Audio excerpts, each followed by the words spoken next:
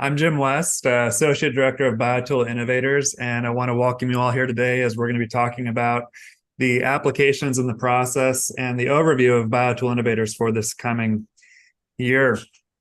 BioTool Innovators is the premier accelerator for life science tools and diagnostic platform companies. So if you're in that space and you're here today, you're in the right spot. So today, we're going to talk to you about a little bit about the program and what we're all about, as well as what types of companies are a fit and what types of companies aren't a fit. So we don't want anybody to waste their time unnecessarily. And then we want to give you an overview of the program, the benefits you'll receive, and then the application process. And then at the end, we'll open it up for any questions you may have. So with me today is also our Senior Director of Programs, Dr. Ayelet Marome. And we also have Dr. Mason Chimonchik, who is one of our past cohort companies, who's also going to talk to you a little bit about his experiences in the program and share some perspective. And yep, it looks like Mason is with us today right now as well. Great. So what is BioTools Innovator? BioTools Innovator is a program sponsored by industry and strategic partners to help companies like you, the innovators of tomorrow's biotool infrastructure, help be successful. You know, we're trying to grow this ecosystem, and the companies that you guys represent are the successes and the breakthroughs for tomorrow that will impact the health of all of us. And the program, we'll go into more detail, but at a high level, what we provide is education and curriculum, often taught by experts in the field and people who have been there and done it before. We have a great community and ecosystem, which is often represented as some of the biggest value in the network and the program, by getting access to the right investors, the right strategic partners, and again, mentors and advisors who have been there and done it before. The program, we're going into our fourth year, and there's credibility, there's recognition, and by being part of the program, you will be elevated in terms of how people see your company. And we also have access to additional resources and funding through the program and through some of the investors in our network, which we'll talk about. One thing that I think really sets us apart that's really exciting is that the program, we're able to give away $300,000 in non-dilutive cash rewards each year to companies for participating in the program. Now, Ayelet, maybe you could talk about the MedTech Innovators and how we're related to Innovator as a whole. Absolutely. Thank you, Jim. And hi, everyone. Thanks for joining us. And hi, Mason. Nice seeing you. So one quick thing I will say, I know I was asked to do one thing, but I'll do another. One quick thing I will say is that we have not one, but two alumni of the program here today. So for those of you who are not aware of it, so Jim is our new Associate Director for BioTools Innovator, but also an alumni of the inaugural cohort of BioTools Innovator in 2021. So we are glad to have him back in the program and giving back to the companies that he's well familiar with their journey and their challenges as they develop life science tools products. And so a little bit about, so I'm going back to what I was asked to do. So a little bit about MedTech Innovator, what we are part of. So MedTech Innovator is a nonprofit accelerator in competition. We're the largest life science accelerator in the world, yes. So we have over 612 portfolio companies now, both in the medtech and life sciences. Over 95% of them are still in business or have been acquired. This is an amazing statistic. And really says a lot about the way we select companies into our programs, as well as how we are able to support them to basically survive this difficult environment for startups.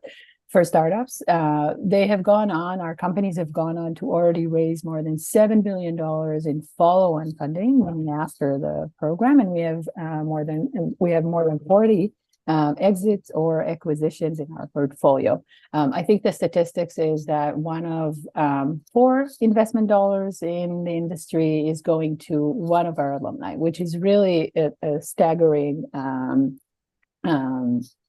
statistic. And we continue to do this as we work through our 11 years of MedTech Innovator programs. We continue to do this with new verticals, the last of which was BioTools Innovator, launched in 2021. So Jim, if you can jump to the next one.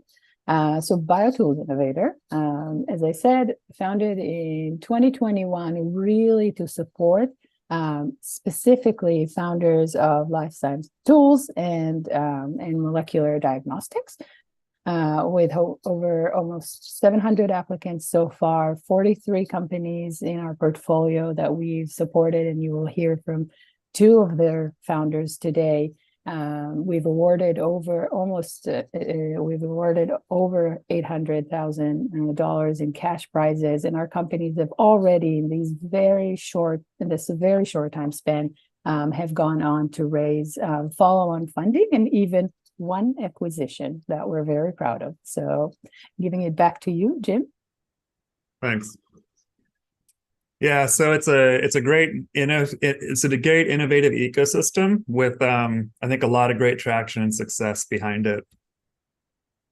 And this is a broader overview of sort of that ecosystem. So the Innovator program is divided into 3 basic categories here. We have MedTech Innovator.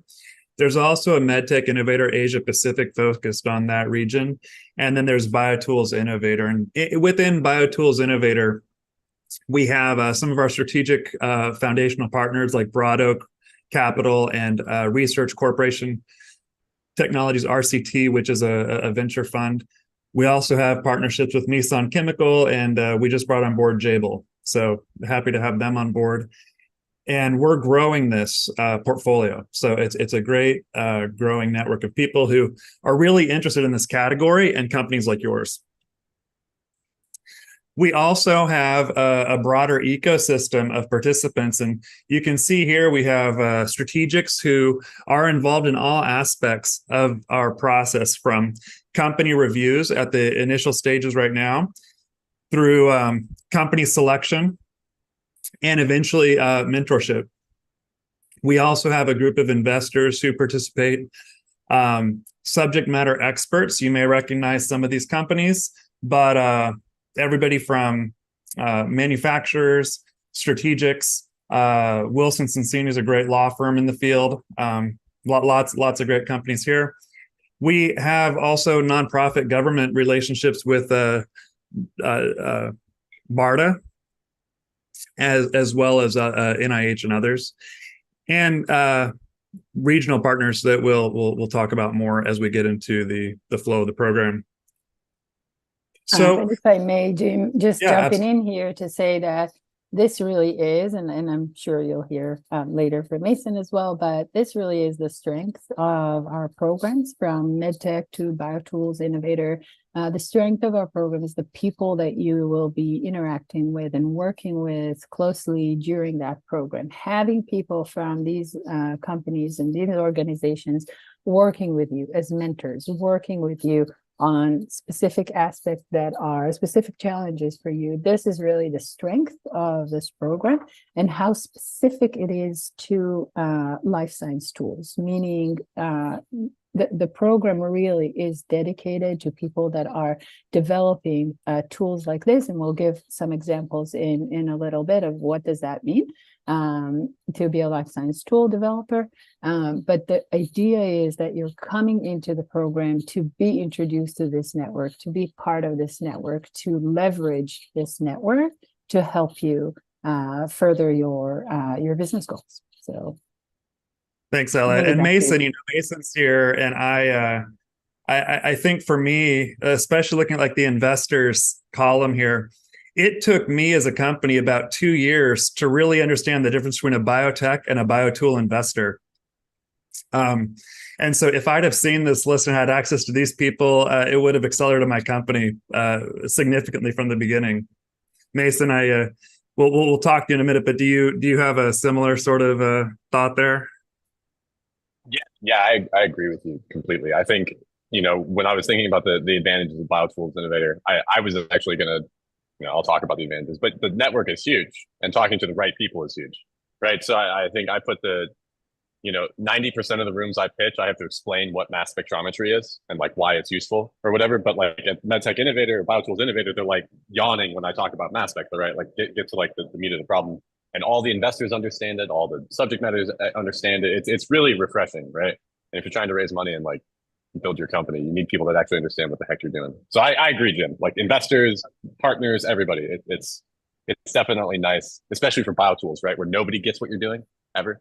And then all of a sudden everybody does. Thanks, Mason. So there you go. And want to let you all know applications are now open. So 2024's window is open. And if you're interested, you should apply. We'll have a link at the end showing you where to go if you aren't aware.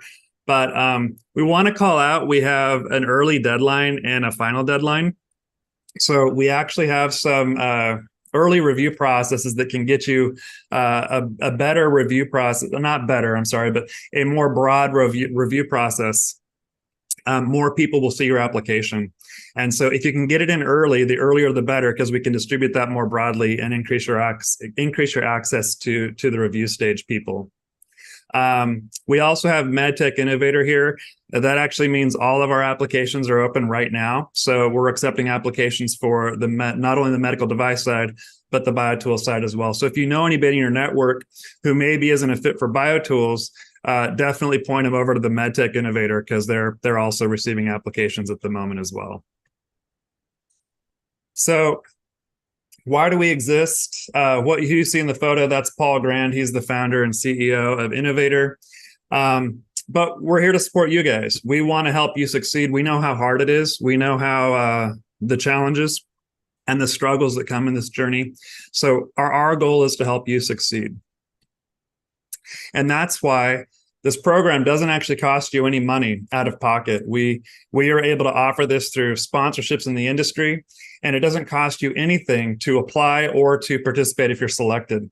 All it will cost is a little bit of time and some travel, which we'll talk about as well in the detailed application process.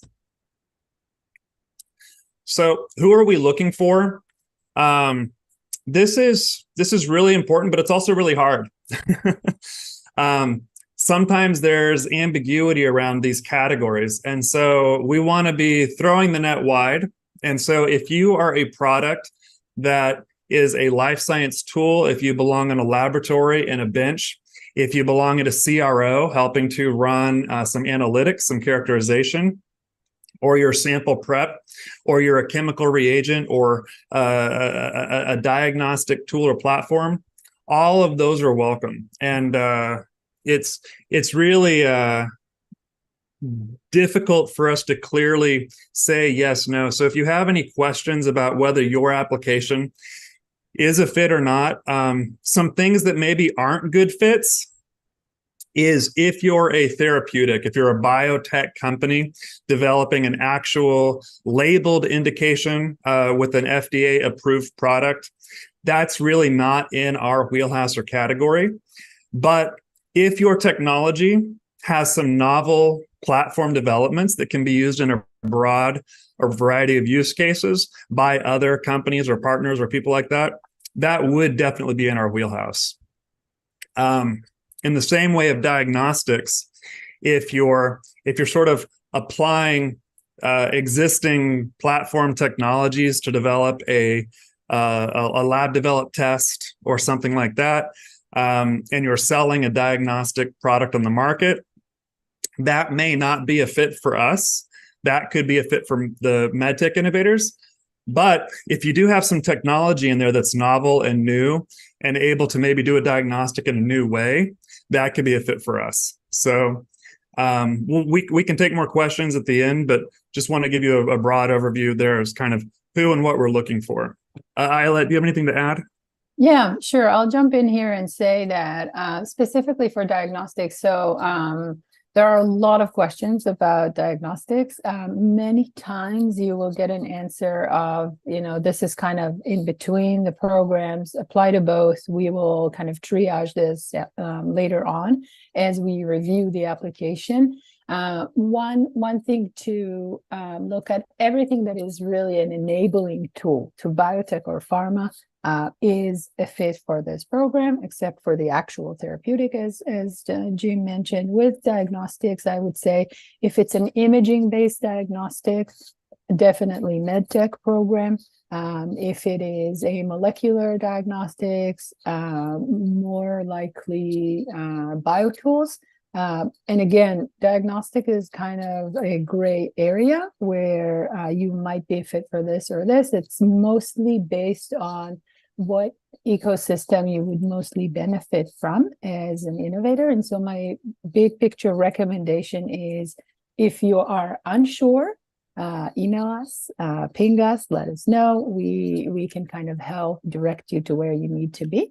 The second piece of advice I will offer is go to our website. On our website, there is a portfolio page. This can give you at least minimally the portfolio companies, right? You don't see everyone that applied, but you see the companies that got into the program. This can give you a pretty good idea, from an exosome isolation company that Jim ran to a mass spec company that Mason is running. And so you can see examples from our portfolio that could really be useful in kind of help pinpointing what is, if your technology is the right fit, and always just reach out and ask us.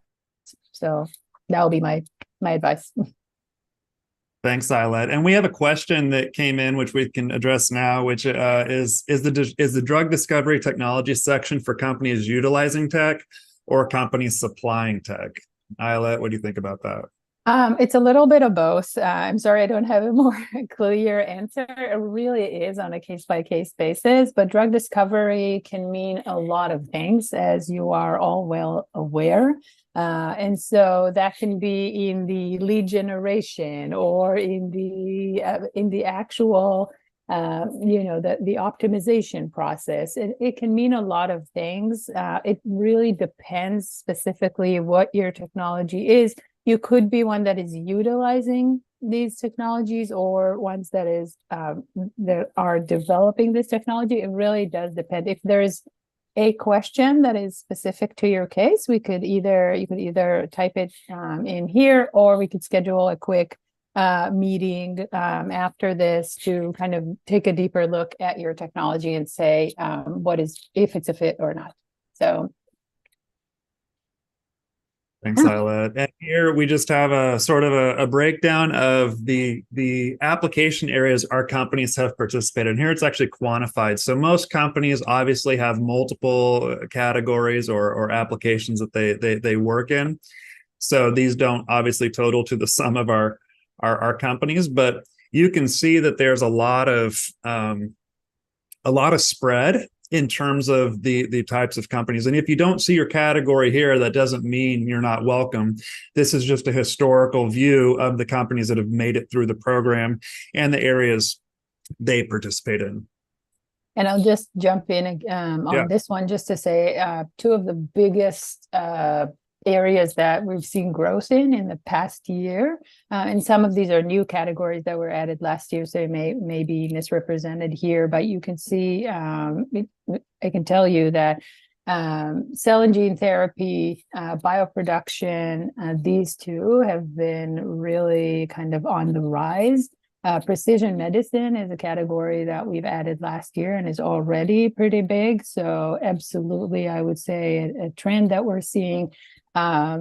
Again, this is, as Jim mentioned, if you don't see yourself here, that doesn't necessarily mean you're not a fit, but you can see examples. And I hope this helps kind of direct you to whether your technology makes sense for BioTools or not. Perfect. So what are some other criteria? Well, we do need you to be an incorporated company by the time the program starts. And so The other part of it is if you've raised more than really $10 million, we feel that's a little bit beyond where we could probably provide the most help and value. So we're looking for companies that have raised less than $10 million, are incorporated. We prefer that you have, a runway enough to execute on your current milestones. So you need to have a little bit of funding or at least runway there. And we need to have some form of a proof of concept. So it's probably if you're just spinning out of a lab and there's really not a lot of data there yet, that might be a little early. But those are the things we're looking for. We also need some commitments. So if you do participate in the program, what we ask is that there's part of the application process is a pitch event, which we'll get to.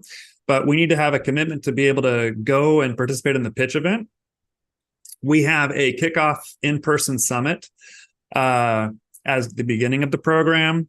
The middle of the program is mostly virtual, but then at the end we also have a live capstone event, and so we would ask that our companies participate there, and then we need at least one member of either the founding or executive team to commit to the program that can represent the company.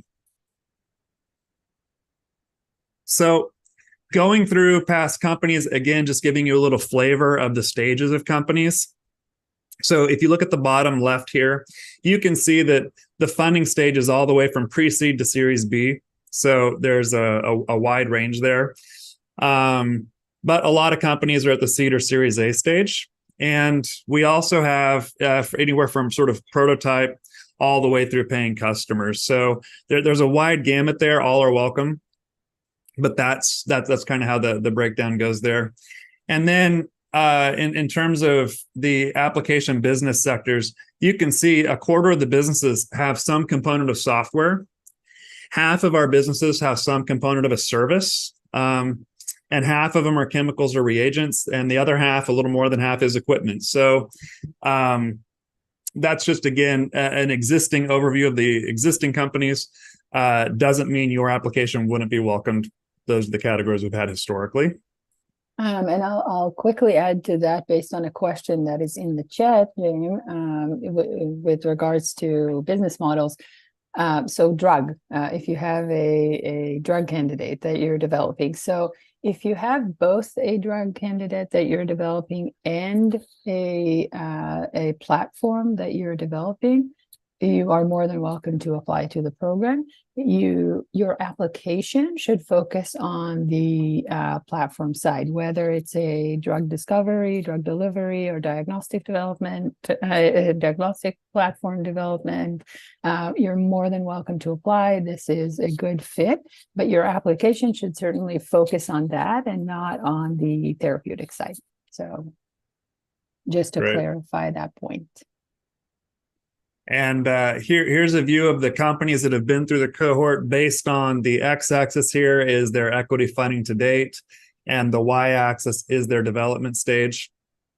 And you can see, again, a wide range of companies here. And if you recognize any of these companies, then that's great. You can see Anson here in the middle, and my old company, Clara, also there in the middle.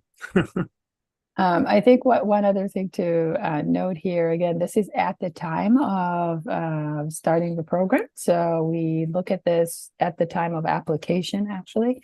You can really see the big range that we have here, the wide range of companies that we have here. We do cap our, as Jim mentioned, we cap our recruitment of companies, or focus our recruitment of companies in companies with optimally less than $10 million in equity, not in grants or any other funding mechanism. So in equity. However, we have seen a lot of applications that were above, and some of them even kind of on the cusp and made it to the program. And even beyond, as you can see, elemental machine. My main point is, you can be anywhere in that spectrum, and it really is on a case-by-case basis based on multiple factors that we'll talk about later on. Great. So now we're going to talk about the application process and some of the benefits of the program. But before we get into all that, I did want to turn it over to Mason for a few minutes to just kind of, Mason, if you could share a little bit about your company, your story, and kind of your, what you learned or developed during the program, that would be great. So I'll turn it over to you now. Cool. Thanks, Jim and Islet. It's good to see you guys. I'm happy to be back. Yeah, so I'll go through a little bit of Anson's history. We're a Georgia Tech spin out. I'm trying to think. I graduated in 2020 and was kind of working on the technology and trying to commercialize it. And finally, we commercialized it, started a company January 2022. Okay. And that was with Y Combinator funding. And around the same time, we actually applied to BioTools Innovator and were rejected. And so we didn't have a prototype or anything at that stage. And so with that funding, we went on, kept trying to make progress. And I just Googled it. Went to my applicant or my email and looked at where were we at when we reapplied. Okay, and so it was basically I was about to make my first full-time hire for a technical. We had kind of a prototype that wasn't very good, but it was working, and we had showed it worked, and we were on the verge of revenue. Is what I wrote. And we were looking for BioTools help to kind of figure out how to get to that next level. And that's truly where we were. We had a prototype that was working in the lab. We had a bunch of interest from big pharma and strategics, and we didn't know exactly, where to go next. And so we applied to BioTools again. We were, accepted. And the application process is somewhat, the pitch process is kind of challenging. I don't know. You have to pitch like 5 times right back to back to back to back, and people are just like grilling you with questions, which is a lot like my day-to-day fundraising anyways. But once you get through that, I'll say one of the first things I got out of like going through the process, even just applying, was honing my messaging. My pitches, I got to practice on people that knew what I was talking about. And so they could help me optimize, like, yes, these slides at the beginning are boring, but necessary for a generalist audience. But then what was even more important, like even through applying, I was getting, questions that kept raising this flag of like, wow, I'm missing a slide in my deck, or I'm like just messaging something completely wrong. So even in applying to the process the second time, I was starting to get some insight of like, wow, this must be why investors are kind of missing it. And so we were lucky to get accepted into the final program. I think there was just that one in-person pitch event, and then we all came to the event over in California. And at that stage, Anson was doing pretty well. We had just hired our first engineer. And I think right then, what we started to get out of the program is we started to meet all these new stakeholders. And there was these new thoughts of like different investors to connect with, different strategics to connect with, how to approach strategics, different ways to even like talk to these customers. And honestly, some of those conversations led to us actually developing a better way to start developing more pilot revenue and turning these collaborations into paying customers just from like talking to some of the founders and stakeholders there. So that was awesome. Okay. So we're getting like kind of this guaranteed benefit, but just talking to other founders in our space, we started to benefit from it. And then Anson Biotech, we went on, we got these 2 awesome advisors and mentors. And they just really challenged me every day, so every week when we talked about like, how can we optimize your messaging, et cetera, et cetera, et cetera. And they helped me to get together, I think, not only how do I quantify my market, but then, I had a different advisor who was really more of an entrepreneur. It's like, how do you pitch this very well? And all that to say, these are all, I haven't told you anything about what Anson does, but these are these benefits I got from the MedTech Innovator, the BioTools Innovator process that are really awesome. And so now, we're raising around and it's going like pretty well. I'm being recorded, so I'm not going to say anything, but it's going well. And there's, a lot of things that have kind of come together because of the network we've developed from BioTools. And I really think it was just an awesome journey for us. And I wrote down the key things that I took away from it were you hone your message, you connect to new stakeholders, and you meet other founders that you can kind of leverage their insider knowledge of like which investors are good, which ones are bad, or how do you work with them. And so, anyways, that's I think my summary for how the BioTools Innovator program helped me. Quickly, Anson Biotech, we empower mass spectrometry, which is the gold standard of molecular analysis. And mass spec is used all across the pharmaceutical industry, but it's really limited in its utility because of 2 reasons: sample preparation and data analytics. And so in my PhD, I developed a solution that was accelerated the sample prep. And then on the back end, the data analytics really enables us to democratize mass spec. And so that's what we're doing now. We're democratizing mass spectrometry. And it's been a fun journey. So I don't know if that was a good summary. It was about 5 minutes of my journey to date, coming to BioTools Innovator. I am funded by Y Combinator as well. So I'll say there's a significant advantage to BioTools Innovator, even if you're part of one of those other accelerators. And I'll end with, I didn't win. So I didn't get the non-dilutive money, so I'm not only here for the money. So if you're thinking about the 250K or whatever the prize is, if that's the main reason you're applying, I mean, it's good, but there's like so many other benefits, right? If the 250K is a differentiator, I would advise you maybe there's better ways to get 250K in 8 months. So, anyways, I'll stop there. I'd agree. I think the prize money is a nice cherry on top, but it's definitely not the main goal. We really try to focus on introducing to our network, opening doors, really being able to through the mentorship program, through everything else that we do, really help direct you to the right places and really help support the challenges that you have at that given moment. This is really the main advantage of the program and the uniqueness and the focus on the life science tools. So I definitely agree with you. There's a quick question for you on how much runway you had when you applied to the program and what you raised until now. I don't know if you could disclose your how much you raised, so we'll leave that out maybe, but at least in terms of runway, one important thing to have, I'm assuming this is the reason the question came up.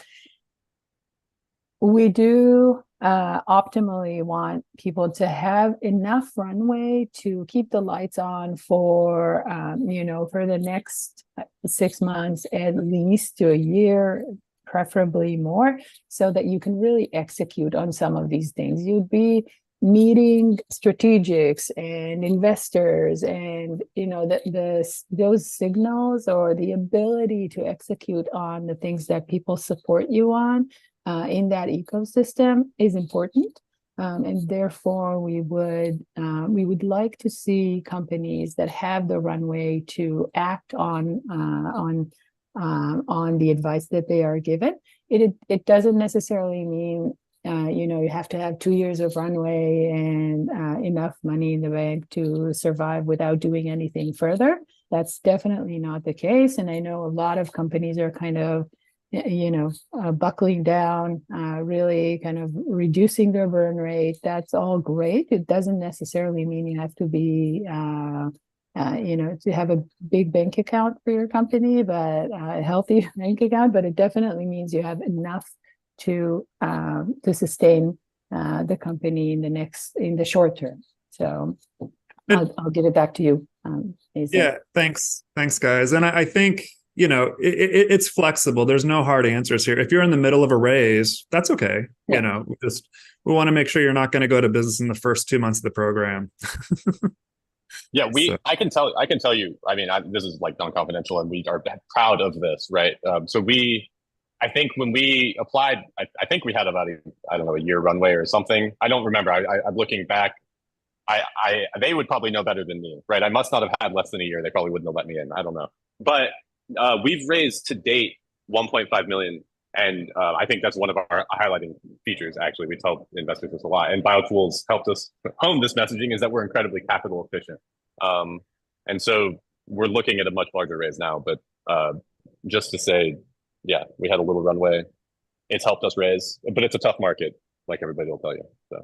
Yeah, and runways, also, when we look at runway, it's not just how much you've raised in equity. This is grants, this is revenue from services, anything else that is part of what we're looking at, your ability to just sustain the company in different ways, right? So. Excellent. Awesome. Well, thank you. Thank you, Mason. I appreciate you coming and telling your story. So I wanted to talk about kind of the benefits of the program here. And we did touch on these earlier, but I wanted to kind of dive into each one a little more. So with Mason here, we can also get his perspective on some of these. But in terms of educational curriculum, we have a cohort-driven webinar series where we bring in speakers to do workshops and to sort of share their perspective, experiences, expertise. These are Mason. You went to a number of these. What was your experience with the workshop webinar series? Yeah, I think it's tough because I've been to a lot of webinar series now, right? So, Anson's been a part of, Y Combinator we started, and then, Merck is their digital sciences studio. I think the webinar series that BioTools put together are really relevant for BioTools companies. So,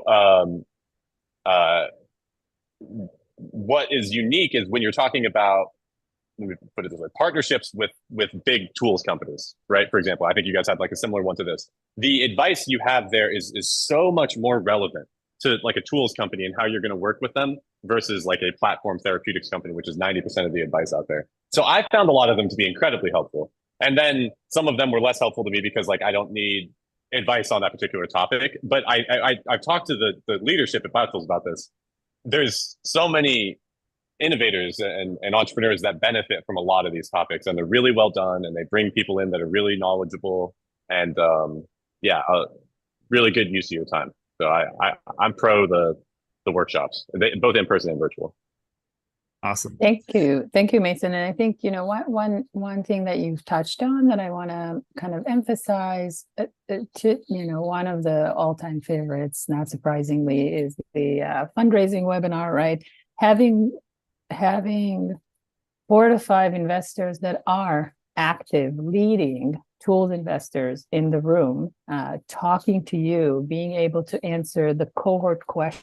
And we also have during our webinars, we leave 30 minutes for a closed conversation just with the cohort. So after the panel. And so really having that advantage, that access, those short lines to the people that you want to be talking to. So in our most recent, you can go on our website and check out some of our past webinars. In our recent strategic partnerships one, I think we had 5 or 4 top strategics in the room, from Thermo Fisher to Agilent to Bio-Rad to I don't quite remember who they were, but really short lines to people that you don't usually have access to, and it's really what we want to get out of it. What the webinar series is one way to do this, and Jim will probably continue talking about the other ways we do that, but that is definitely one great way of having your questions answered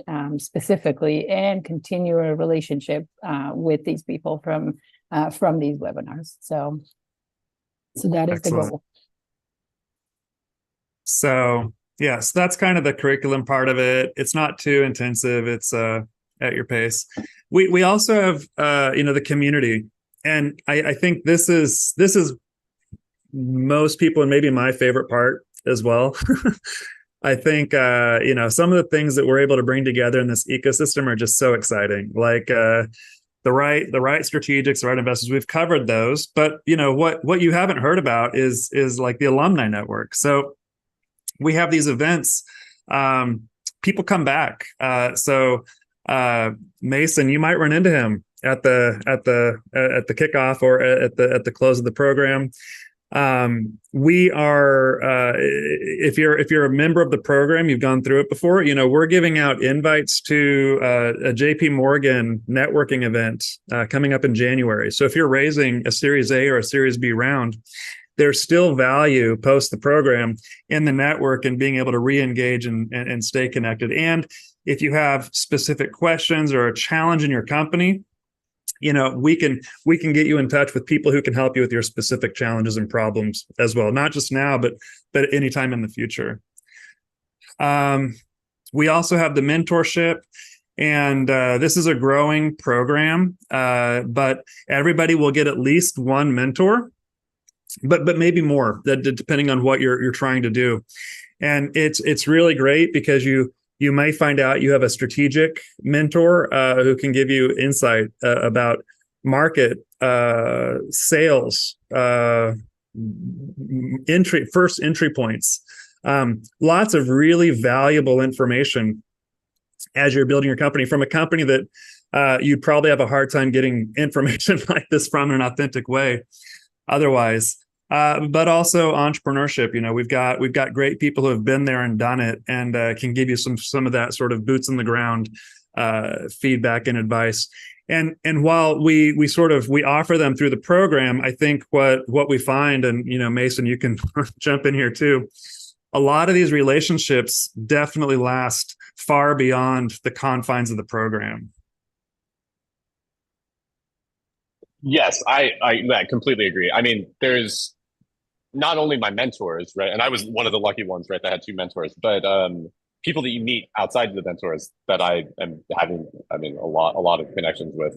And I really think the Slack channel, for instance, pinging that's helpful, being able to talk to some of those folks. So there's always that community available. Yeah, I wish I could talk more about the benefits that we've gotten out of it, right? It's just hard to talk about, but it really is helpful, right? And you can connect with a lot of people. It's great, but I will say it's not a guarantee. It's just like anything. If the founder is not willing to like put in the effort and meet everybody and actually go there and engage, you're not going to get anything out of it. They don't hold your hand whatsoever. It's not like a slam dunk. So you have to try and get attention. It's just like any other event. So it's what you get out of it is what you put into it, in my opinion, especially the in-person things. And if the more questions you ask, the more people remember you. I think I have like hearing damage and I speak loudly, so everybody remembers me, right? So it's like things like that just get you remembered. Memorable in many ways, Mason.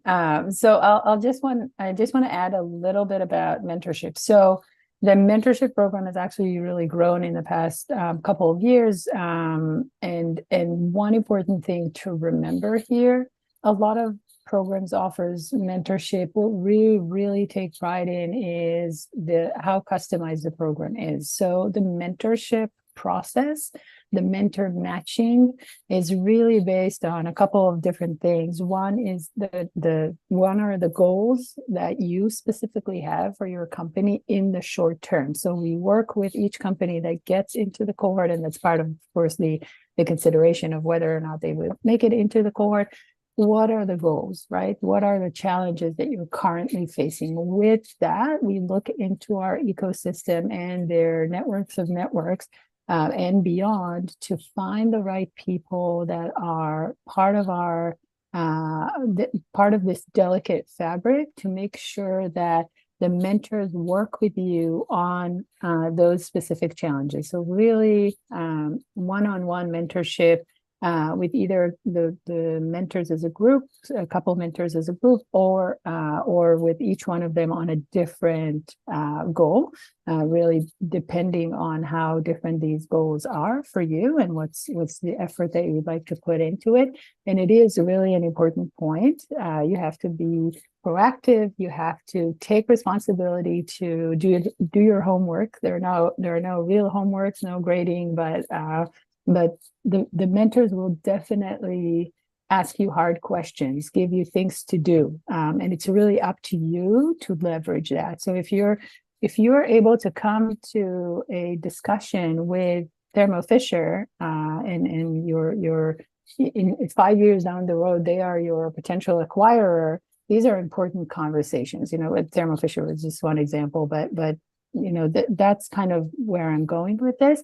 The mentorship really is up to you, but it's also a really thoughtful process of us being able to match the mentors with you based on their expertise, your goals, and your needs. So really important customizable aspect of the program. Great. Thanks, guys. And then moving on to resources and funding. Of course, we can't guarantee any funding, but what we can guarantee is that investors will look at you and be exposed to you. And so we can guarantee that. And then everybody has a chance through the program to be selected to compete for the non-dilutive cash awards at the end. And then recognition and visibility. So it's a market distinction recognition to be in this program, and it can open doors and can give you extra visibility. There are activities and things you do in the program that I think go far beyond the value of the program in terms of long-term value and benefit. And just to kind of wrap it up here, there's no equity or participation fee for any of this. We're agnostic to geography. And, we're really customized for early stage companies trying to get their products to market, scale, and successful. So let's talk about the timeline. As we've said, our application deadline is January 31st. We have an early review deadline of January 15th. If you can get in early, that would be great. And then we have a road tour. So these are our pitch events. So if you were selected in the first draft, about 20% of applicants are selected to come to one of these pitch events where they spend half a day talking to, as Mason said, kind of going roundtable with investors, strategics, other partners in the ecosystem, and they tell their story. And they basically review you, and then from that review process, that is how we actually select the companies that go into the cohort. And so as you can see here, the East Coast event will be on March 21st. There will be a West Coast event on April 11th, and there's a virtual option really intended for international folk who are unable to travel to the US in that time period on April 24th. And of those, we've grown it every year. When I went through the program, I believe there were 10 companies in the cohort. Yep. But last year, there were 19. And this year, we're looking to take up to 20. We don't set an actual number because it really depends on the feedback and the selection process. But we can take up to 30 companies in this coming application cycle. And that will happen at the Innovator Kickoff in June 12th to 13th in San Francisco. So that'll be our kickoff event that's in person. And then June through October is the accelerator portion of the program. It's all virtual. So you don't have to fly. You don't have to go anywhere. You don't have to come in. And at the end of the program, we have the finals competition. And this is our closeout. Everybody comes together. It's a big event. It's a lot of fun. You'll meet a lot of people.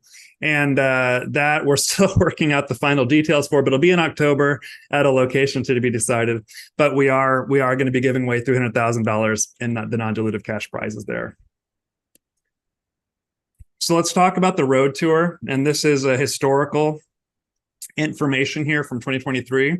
But you can see we had 74 pitch judges. These are all experts in the field. So you get value even out of the pitch process. If you come and you're not selected, you're still going to get value because you're going to have these conversations, you're going to get feedback, and you can make connections at these events.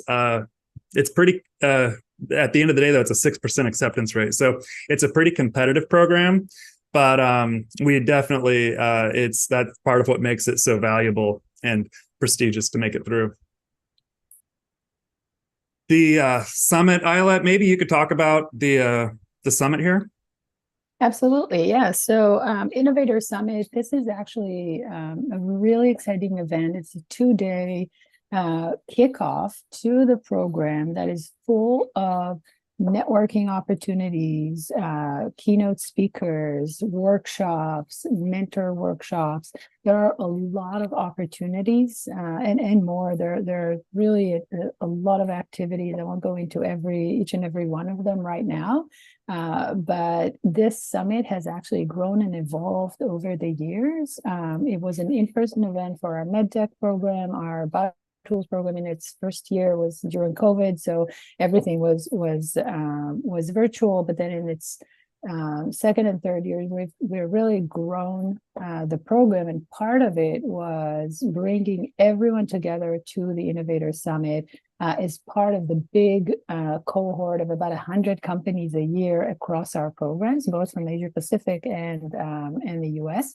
And one of the goals really here is to be able to meet and learn and workshop with our alumni, our extensive network of alumni and partners across the programs. And so all the strategics, all of our alumni, and not all of our alumni, but a big number of our alumni, and not to mention other innovators that are CEOs, founders of companies that have made it into the current cohort.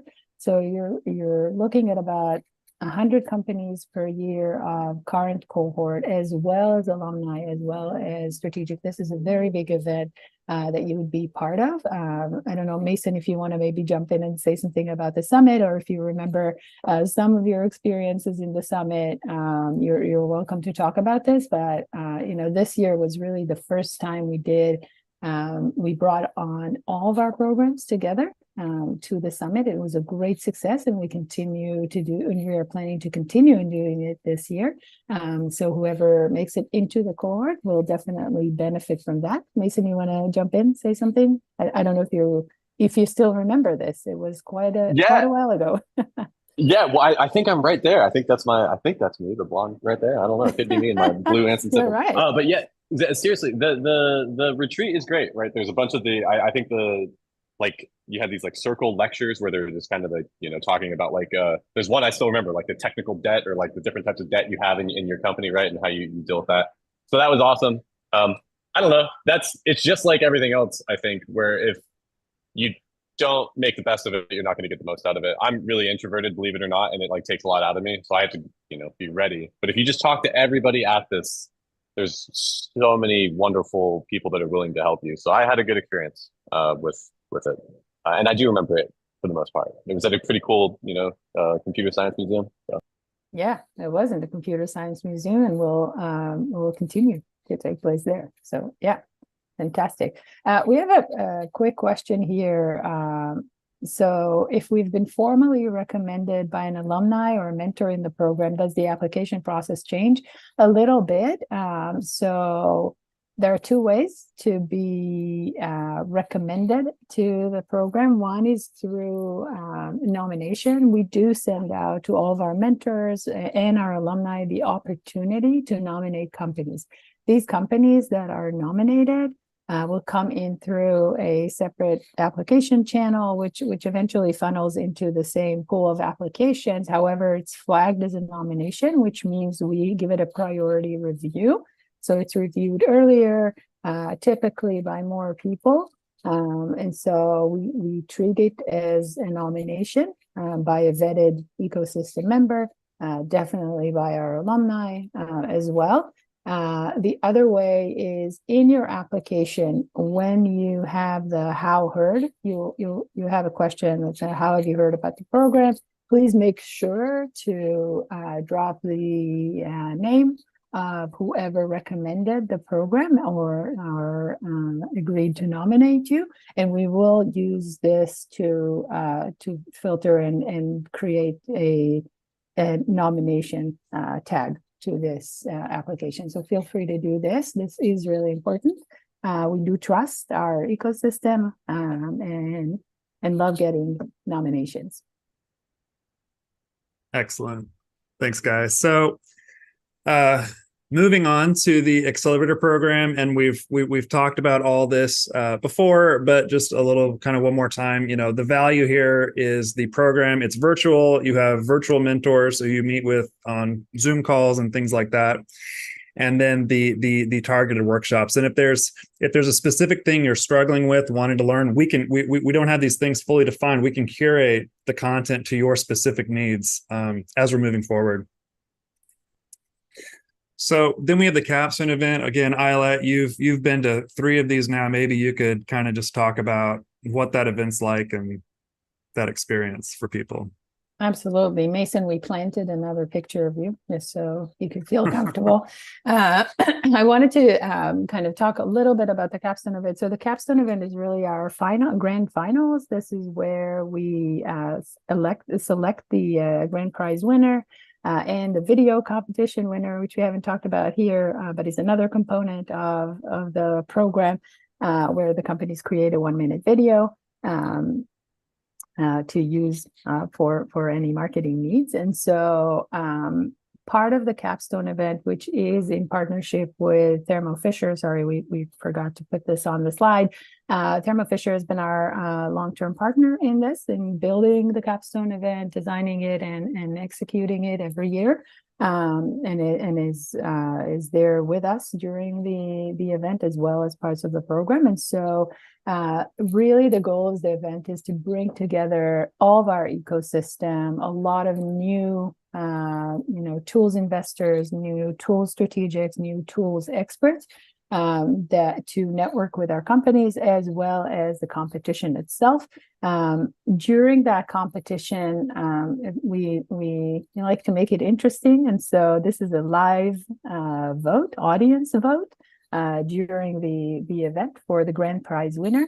Everyone that is on the stage, we do a very thorough diligence process throughout the program for selecting the 4 or 5 finalists that will be on stage. So if you made it on stage as a finalist, you really should already be proud of yourself by any means. It was a very difficult selection process this year because we really had 19 fantastic companies. It was really difficult for our partners to choose who will be up on the stage, but any of the 4 finalists that were up on the stage gave a truly fantastic presentation, and then the audience votes live during that event for the grand prize winner and for the video winner.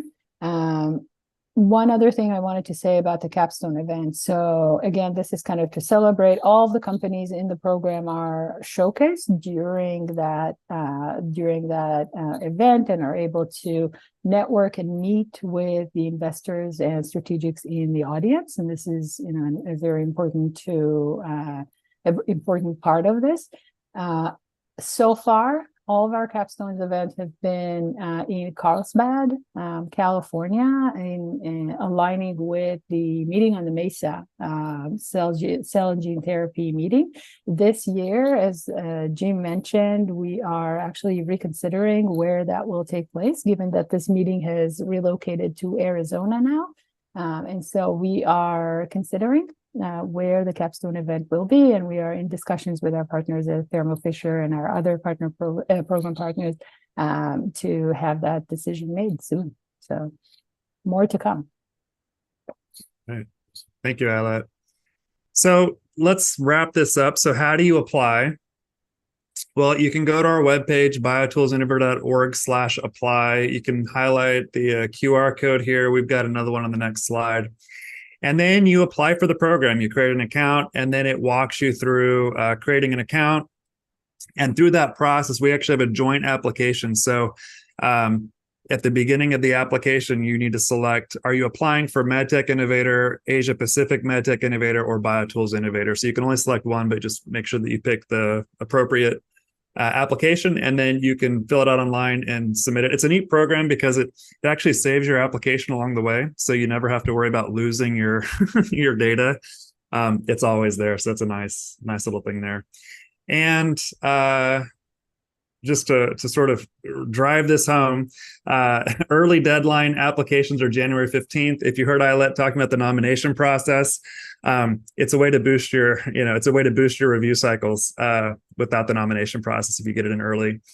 And with that, we just like to open up to any final questions or comments. Ayelet, we've got 2 from LinkedIn.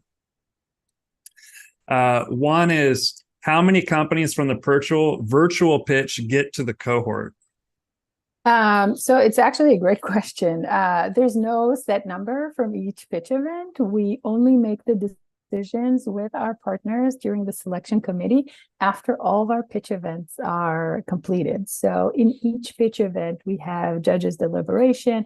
We take in all that feedback. Your judges are actually, during the pitch event, in every meeting that they have, in every pitch, they type in through a tablet that we provide them feedback. We integrate all of that together. We have a deliberation at the end of each morning and afternoon session. We take in all the feedback, and we synthesize everything into a big report. After the 3 events, this is when we make the selections. Typically, I don't think there's been any trend in terms of who's coming from which event, especially for BioTools, where the virtual event is mostly international companies. And so we've seen so far, about 25 to 30% of international companies, regardless of, some of them have actually pitched in person. And to that point, I actually want to say If you are an international company, you can pitch virtually, but you can also select to pitch in person, which I strongly recommend if you can. It really has no specific number, but you are, you're most likely going to be an international company if you're pitching virtually, unless there are special circumstances. If you're in the US, you're most likely invited to the pitch. If you're invited to a pitch event, which is either the East or the West Coast. And you'll be able to choose your preference during the application process. So everybody goes through the same review process. They're judged equally, and then decisions are made at the end of it all. Thanks. And then the last question we have here is, how might an academic research center participate to help BioTool innovators? Sorry, can you say it again? Yeah. How might an academic research center participate to help BioTools Innovator? Many ways. Please do email me. This is a longer answer, but an academic research center will definitely be able to work with us. Please reach out to me. I just dropped mine and Jim's email in the chat. Please reach out to us, and we'll continue that conversation. All right. And then, one more question popped in here. We'll wrap up. If you're accepted in the cohort, are any resources provided to assist with producing your pitch, video production, or graphic production? So we provide support, not financial support, but Mason can maybe talk to you a little bit about how it doesn't have to be an expensive process, but we definitely provide guidance and support from our alumni or team members that can help you with certain aspects of the video production. I know we're kind of past the hour, but if some of you want to stick around, and maybe Mason can add a little bit to that question, as someone that experienced it, or you, Jim. Actually, you won the best video award in your cohort, so you might be the best one to talk about this.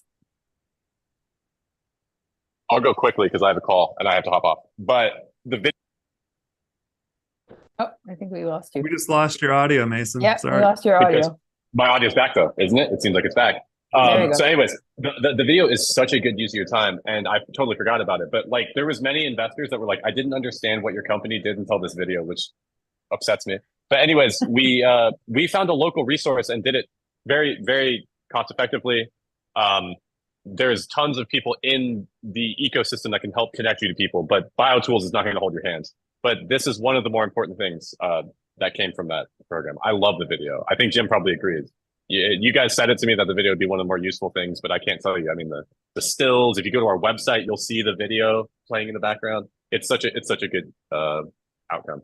Anyways, I have to go and take this call. Bye. Thank you so much, Mason. And just a quick addition, and Mason, sorry that this was during your time, but we do actually have a new marketing team that also has expertise in this field and can really help with some of the aspects of the video. So feel free to reach out to us, and we'll talk more about this as we move forward in the process. But absolutely.